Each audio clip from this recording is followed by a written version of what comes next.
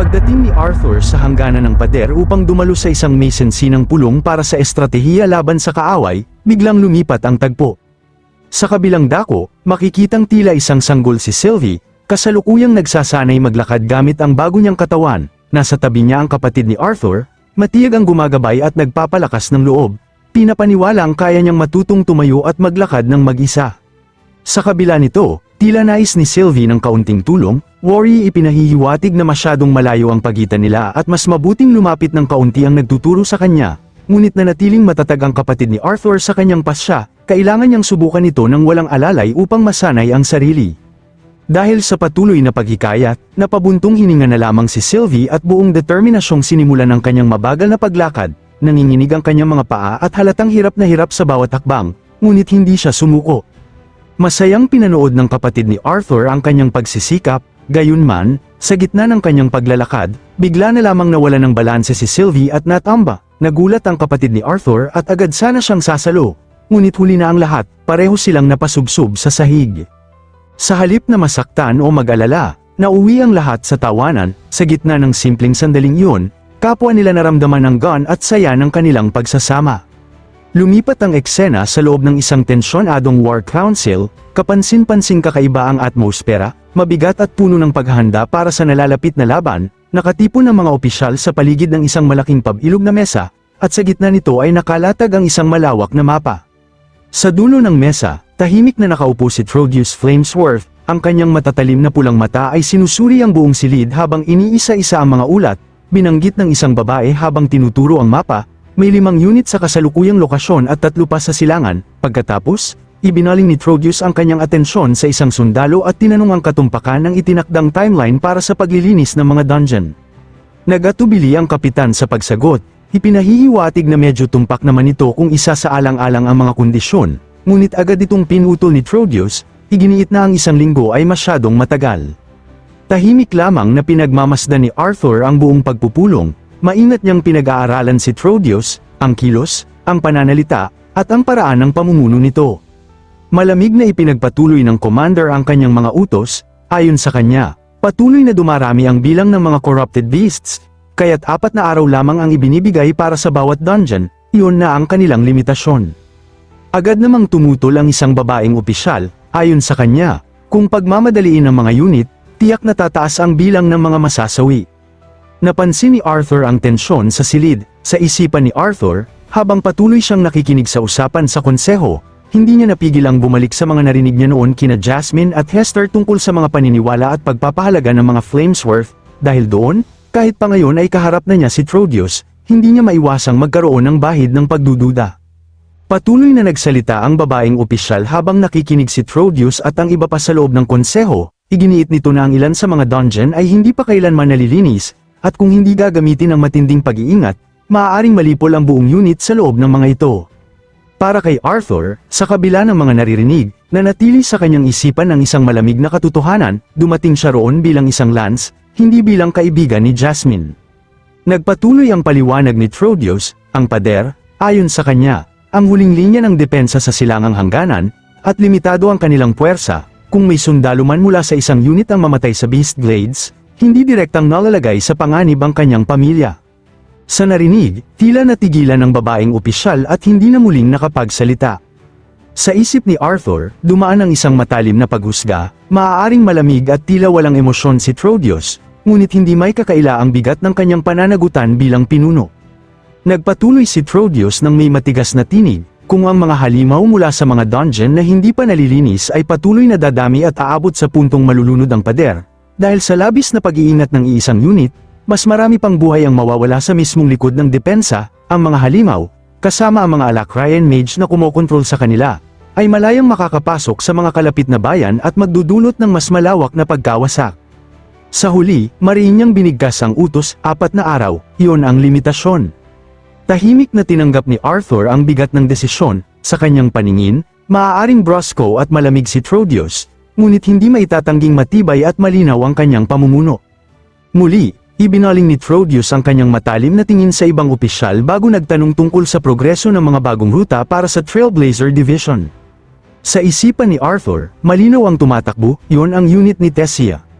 Bago makasagot ang tinanong, sandaling umubo muna ito at inayos ang tono ng pananalita. Pagkatapos ay iniulat niya na katatapos lamang nilang masecure ang ika-4 na lagusan, itinuro pa nito sa mapa ang lokasyon, ang pinakamahaba sa ngayon, na ang pasukan ay nakatago sa isang makitid na siwang sa gilid ng pampang ng ilog. Patuloy pa rin itong pinatitibay ng mga Earth Mage, ngunit inaasahang magiging bukas para sa mga unit ni Captain Kruger sa loob ng 1 linggo. Agad namang nagbigay ng panibagong utos si Trodius, kalahati ng mga manggagawa ay dapat ilipat sa night shift. Ilang araw pa lamang ang nakalipas ay nawala na sila ng isang ruta matapos itong ma-compromise, kaya't naging pangunahing prioridad ang pagpapatatag ng mga underground passage. Pagkatapos, ibinaling niya ang usapan sa babaeng opisyal at tinanong kung may bagong balita sa lokasyon ng mga teleportation gate. Sumagot ang babae na isa pa lamang unit ang naitalaga para sa pag-scout ng mga gate at kailangan pa nila ng mas maraming oras. Sa puntong yun, biglang nagsalita si Arthur, nagtanong tungkol sa teleportation gates. Agad namang kinumpirma ito ni Trodius, araw-araw ay patuloy ang mga pag-atake sa pader, kaya tuloy-tuloy din ang pagpapadala nila ng mga tropa. Sa kasalukuyan, ang pinakamabilis at pinakaligtas na paraan para makapunta sa Beast Glades ay sa pamamagitan ng kanilang mga underground channels. Ngunit ayon sa kanya, ang mga lagusang iyon ay madalas hindi matatag, at ang paglalakbay sa paglalakad ay mabagal at delikado. Kaya naman, sa pagkatayo ng tren na mag-uugnay sa pader at Blackbend City, magkakaroon sila ng mas mabilis na access sa teleportation gate ng lungsod. Kung sakaling makahanap pa sila ng mga nakatagong gate sa Beast Glades, maaari nilang iugnay ang mga ito sa gate ng lungsod, at sa gayon ay magiging posible ang mabilisang paglipat ng mga tropa na hindi na kailangang dumaan sa mahabang pagmamarcha sa ilalim ng lupa. Tinanong ni Arthur kung gaano sila kasigurado na may mga teleportation gate nga sa Beast Glades. Diretsahang sumagot si Trodius na hindi sila sigurado, at dahil doon, limitado lamang ang inilalabas nilang resources para sa paghahanap, hindi nila ito ginagastusan ng sobra. Habang pinagmamasdan ni Arthur ang mga dokumento sa mesa, tumatak sa kanyang isipan na ang mga teleportation gate, kasama ng mga lumulutang na kastilyo at Zaire City, ay pawang mga relic lamang ng sinaunang mga mage. Mula sa mapa, napansin niya ang mga sinaunang batong arco na may ukit na mga runa na halos hindi na maintindihan. Gayunpaman, sa kabila ng kanilang kalumaan, ang mga estrukturang ito ay patuloy na ginagamit, at sa ilang kaso ay naging sentro pa ng mga lungsod. Naisip din niya na ang mga modernong artificer ay nakahanap ng paraan upang i-connecta ang mga teleportation gate at baguhin ang kanilang destinasyon, ngunit ang mismong paggawa ng ganitong uri ng gate ay nananatiling isang malayong pangarap. Matapos masusing pakinggan ang lahat, muling nagsalita si Arthur. Tinanong niya kung anong paraan ang ginagamit ng mga unit para mahanap ang mga gate. Hindi ba sila basta-basta na lang gumagala ng walang direksyon? Sumagot si Trodius habang nakatingin din sa mga ulat sa mesa na ayaw niyang mag-aksaya kahit ng kaunting resources. Ipinaliwanag niya na ang mga gate ay patuloy na naglalabas ng mahihinang mana fluctuation sa buong spectrum ng elemento. Dahil dito, ang mga ito ay halos nagiging bahagi ng kapaligiran at mahirap ma-detect. Sa isipan ni Arthur, bumalik ang isang alaala. Ang ganitong problema ay maihahambing sa paghanap niya noon kay Darv, kung saan kailangan niyang tukuyin ang maliliit na pagbabago sa mana gamit ang Realm Heart, ngunit ang paghahanap ng fluctuation sa lahat ng elemento, habang nag-iisa at walang malinaw na direksyon sa lawak ng Beast Glades, ay halos imposible. Napabuntong hininga na lamang siya, isa itong malaking aksaya ng oras, lalo na kung maaari pang walang anumang gate na matagpuan. Sa huli, mahinahon niyang sinabi na nauunawaan niya ang sitwasyon. Nagbigay ng paumanhin si Trodius, sinasabing hindi niya inaasahan na mapapaupo si Arthur sa ganoong kahabang pagpupulong, at malapit na nilang tapusin ang lahat.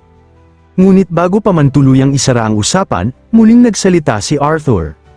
Maingat niyang sinabi na bago matapos ang pagpupulong, nais niyang ibahagi ang mga natuklasan niya tungkol sa mga puwersa ng kaaway. Pagkatapos ng pagpupulong, lumabas si Arthur at muling dumaan sa pamilihan, habang naglalakad, patuloy niyang iniisip ang mga napag-usapan sa konseho. Ayon sa mga ulat, maraming pamilya ang naninirahan sa maliit na lungsod sa loob ng pader, mga pamilya ng mga sundalo, mga ngalakal, at iba pa. Nang madaanan niya ang isang mag-ina, napagtanto niya na karamihan sa mga narito ay ganito, mga pamilyang sinusubukang mamuhay sa gitna ng digmaan. Napatingin din siya sa mga nag-aaral gumuhit sa gilid ng kalsada, at sa isip niya, ang tensyon ng pamumuhay sa mismong bungad ng labanan ay siyang nagtutulak sa mga tao na humanap ng kahit anong kaunting ginhawa na kaya nilang maabot. Ngunit bigla siyang napatigil nang may malakas na pagsabog mula sa itaas ng pader, isang pag-atake na gumagamit ng apoy, napatingala na lamang siya, at kapansin-pansing para sa mga tao roon, isa na lamang itong pangkaraniwang pangyayari. Mula sa malapit, may isang matandang nagbebenta ng sapatos ang tumawag sa kanya, napansin ang manipis niyang sapatos at sinabing hindi ito angkop para sa lugar na tulad nito, inalok siya ng matitibay na leather boots, pilit na hinihikayat na subukan niya ang mga ito. Ngunit hindi na yun pinansin ni Arthur, sa halip, ang kanyang pansin ay muling nahila ng kapaligiran, kung pagmamasdan ng mabuti, kitang-kita ang tensyon na pilit itinatago ng lahat, nandoon ito sa mabilis ngunit mabibigat na hakbang ng mga manggagawa, sa mga matang laging nakayuko, at sa maiikling usapan ng mga mangangalakal at adventurer na puno ng pag-iingat.